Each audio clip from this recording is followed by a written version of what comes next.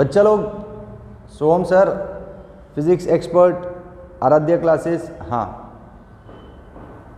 11th science chapter 6 chapter work energy and power, उसका exercise का 7 number का सम थियरिकल है दोस्त। हाँ मजा आएगा, अरे जोर।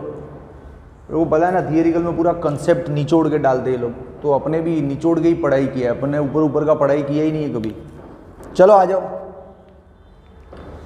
1 मिनट थियरिकल क्वेश्चन है, तुझे लगे ना कि एक्सप्लेनेशन से तू प्रॉपर सेटिस्फाइड हो गया, तुझे मजा आ गया, तो कमेंट लिखना भूलना नहीं। अभी मत लिख, अभी लाइक मत दे, पहले वीडियो तो देख, अच्छा लगे तो लाइक दे, ठीक है। चल, स्टेट इफ ईच, स्क्रीन क्यों हिल रहा है भाई, state each of the following statements is true और फॉल्स। ट्रू और फॉल्स का तो बड़ा चक्कर है। Give reasons for your answer, reason के साथ लिखना है, अब फंसेगा ना। अपन ने बचपन में कैसे ट्रू और फॉल्स लिखे थे, जब अपन 5, 6 या 4th में थे, मैं तो ऐसे करता था। देख जैसे ये तो समझ में नहीं आता था उस टाइम, तो क्या पढ़ाई का मतलब है, तो याद रख लिया कि जैसे इलास्टिक वर्ड दिखा ना तो ट्रू, टोटल एनर्जी वर्ड दिखा तो फॉल्स, इतना ही, ऐसे ही रट्टा मारा था। फिर जैसे जैसे पढ़ाई समझ में आती गई तो मजा आता गया। तो आज ऐसे नहीं चलेगा, ट्रू और फॉल्स को रट्टा नहीं मारना है, रीजन के साथ समझ के आंसर लिखना है अपने को। चल ठीक है, सबसे पहला a, in an elastic collision of 2 bodies. ये इलास्टिक कोलाइजन है भैया, एक काम कर, हाँ नहीं सारे कोलाइजन वाले नहीं है, वरना कोलाइजन साइड में डिटेल दे देता। चल ठीक है, जितना नेसेसरी है उतना ही दूंगा। इन an elastic collision of 2 bodies the momentum and energy of each body, अरे बाप रे, ईच बॉडी इज कंजर्व, ना भाई ना, गलत बात है। ईच बॉडी का एनर्जी थोड़ी कंजर्व होता है, ईच बॉडी का मोमेंटम थोड़ी कंजर्व होता है, पूरे सिस्टम का होता है, before collision and after collision. नहीं समझा, देख समझाता हूँ थोड़ा सा, सिर्फ तेरे समझने के लिए। देख, जैसे ये वो ऑब्जेक्ट है, ये दूसरा ऑब्जेक्ट है, ठीक है, ये मान ले 5 kg का है, ये मान ले 2 kg का है, ठीक है। अभी इसका स्पीड है जैसे कि 3 मीटर पर सेकेंड, है ना, और इसका स्पीड है मान ले 0, ये रुका हुआ है। समझ, कॉन्सेप्ट समझ पहले देसी भाषा में। मैं M1 V1 M2 V2 लिख के भी समझा सकता हूँ, वो थोड़ा मुझे जमेगा नहीं, ये तुझे सीधा दिल में उतरेगा। हाँ, इसने इसके साथ कोलाइड किया, इलास्टिक टाइप का, ओके। तो आफ्टर कोलाइजन सिचुएशन क्या होगी, कुछ भी मैंने कैलकुलेशन नहीं किया है, कैलकुलेशन अपन कर सकते हैं, ऐसे तो करना है तो कैलकुलेशन नहीं करना है, कुछ भी अंदाज मार देता हूँ, कैलकुलेशन के लिए टाइम नहीं है। आफ्टर कोलाइजन जैसे ये तेरा 5 kg का है और ये 2 kg का है, जैसे मान ले इसका स्पीड हो गया 2 मीटर पर सेकेंड और इसके बाद स्पीड रह गया 1 मीटर पर सेकेंड, ऐसा कुछ भी। हाँ, तो तू देख, बिफोर कोलाइजन ये क्या था, 5 3 15 था और इसका मोमेंटम क्या था, 0। आफ्टर कोलाइजन इसका 5 1 5 हो रहा है और 2 2 4 हो रहा है। टोटल कंजर्वेशन होना चाहिए ना, तो रुक कुछ करते हैं। इसका स्पीड समझ लेते 5 हो गया, ले बस। अरे एग्जाम्पल दे रहा हूँ, तू सारे कंजर्वेशन इसमें मत डाल, सिर्फ एग्जाम्पल दे रहा हूँ। हाँ तो देख, बिफोर कोलाइजन टोटल मोमेंटम कितना निकला, 15। आफ्टर कोलाइजन टोटल मोमेंटम कितना निकला, 15। मतलब बिफोर कोलाइजन पूरे सिस्टम का मोमेंटम, आफ्टर कोलाइजन पूरे सिस्टम का मोमेंटम सेम रहता है, लेकिन इंडिविजुअल ऑब्जेक्ट का बदलता है। इसका 15 था, वो टक्कर होने के बाद, कोलाइजन होने के बाद 5 हो गया, इसका 0 था तो कोलाइजन होने के बाद 10 हो गया। हाँ, ये फीलिंग्स है। तो ये लोग जो बोल रहे हैं ना कि ईच बॉडी का मोमेंटम कंजर्व होता है, गलत बात। और एक बॉडी का कंजर्व नहीं होता, बदल जाता है। देख, 0 से 10 हो जाता है, 15 से 5 बदल जाता है, लेकिन टोटल कंजर्व होता है। तो ये क्वेश्चन इसलिए डाला था, आपने रट के रखा है कि इलास्टिक कोलाइजन में मोमेंटम कंजर्वेशन, तो आप हाँ बोल दोगे, हाँ ये तो सही है। ये भाई ध्यान से देख, ईच बॉडी का बोला है, और तूने जो कंजर्वेशन रट्टा मारा है ना, वो टोटल सिस्टम का है, वो तो कंजर्व होगा ही होगा, उसमें कोई मना नहीं है। समझा? हाँ, तो अच्छा लगा ना।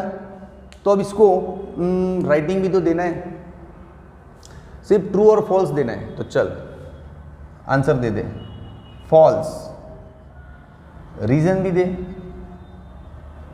तो रीजन में यही दिख दे कि in elastic collision of two bodies the momentum and energy of the system is conserved, not for the each body it is applied. हाँ लिख दे यहीं से इन एन, और रीजनिंग में इतना सारा ले नहीं रहे, ये तो देसी लैंग्वेज है, तुझे समझा, ये तो गलत भी हो सकता है, ये इसका काइनेटिक एनर्जी भी कंजर्व करना पड़ेगा, वो किया नहीं मैंने, तो समझाने के लिए दिया तेरे को। इन an elastic collision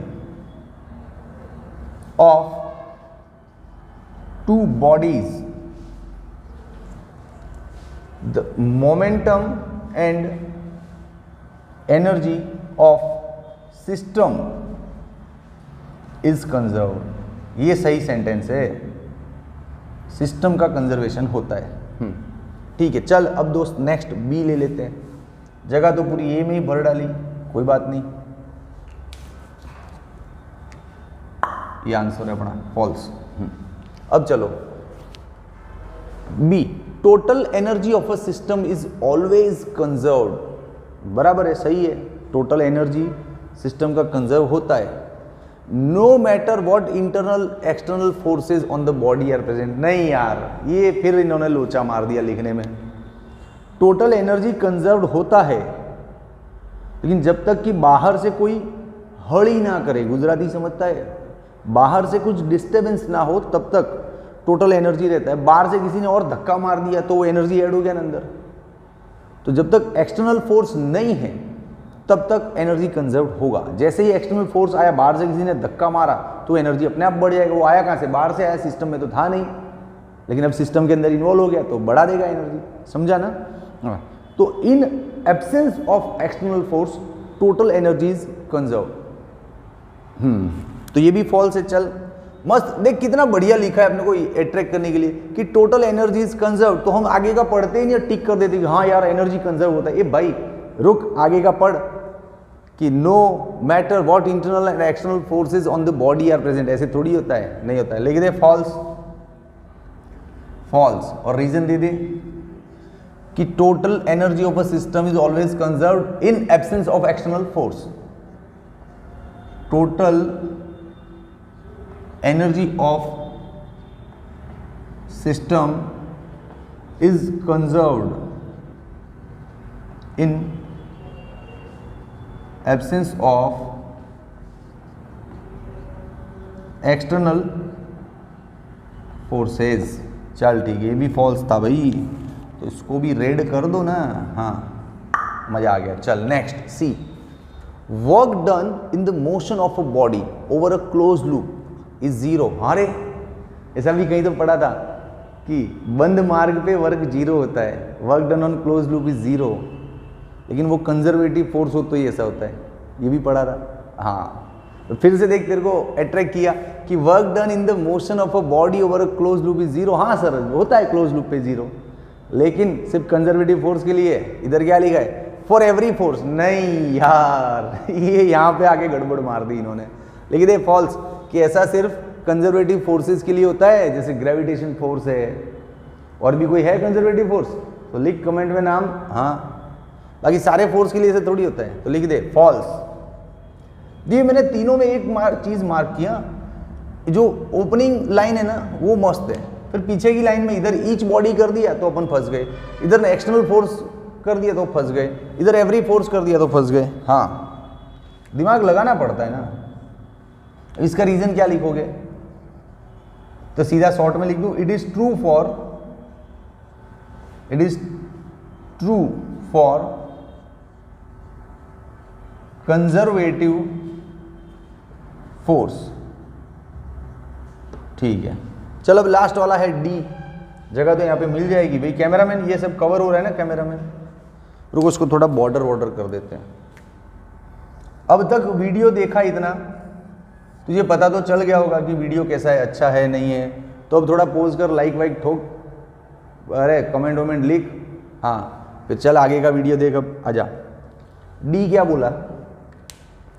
in elastic collision the final kinetic energy the always less than the initial kinetic energy. Kinetic energy अपना तो एक्सेंट कैसा है, काइनेटिक एनर्जी, ये किनेटिक एनर्जी बहुत फॉरेन लैंग्वेज का एक्सेंट है, अच्छा लगता है सुनने में, बोल के भी फील आता है कि अपन फॉरेनर है, लेकिन आखिर एंड ऑफ द डे अपन क्या बोलेंगे, काइनेटिक एनर्जी, दिल पे लगता है वो। हाँ चल देख सेंटेंस तो सही है यार, इन इलास्टिक कोलाइजन में काइनेटिक एनर्जी का कंजर्वेशन नहीं होता है, क्यों?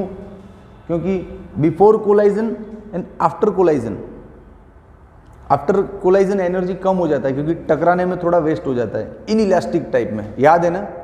हाँ तो ये ट्रू है, इसमें तो कुछ रीजन देना ही नहीं है, लिख दो ट्रू, ट्रू रीजन देना है तो दे दे, यही सेंटेंस लिख दे कि हाँ भाई आपने जो लिखा है वो सही है, अब मैं अपना क्या लगाऊं इसमें, सबसे बढ़िया सेंटेंस है। ठीक है दोस्त, चले? अच्छा लगा वीडियो? रुक तेरा स्क्रीनशॉट ले ले पहले। हाँ हो गया स्क्रीनशॉट।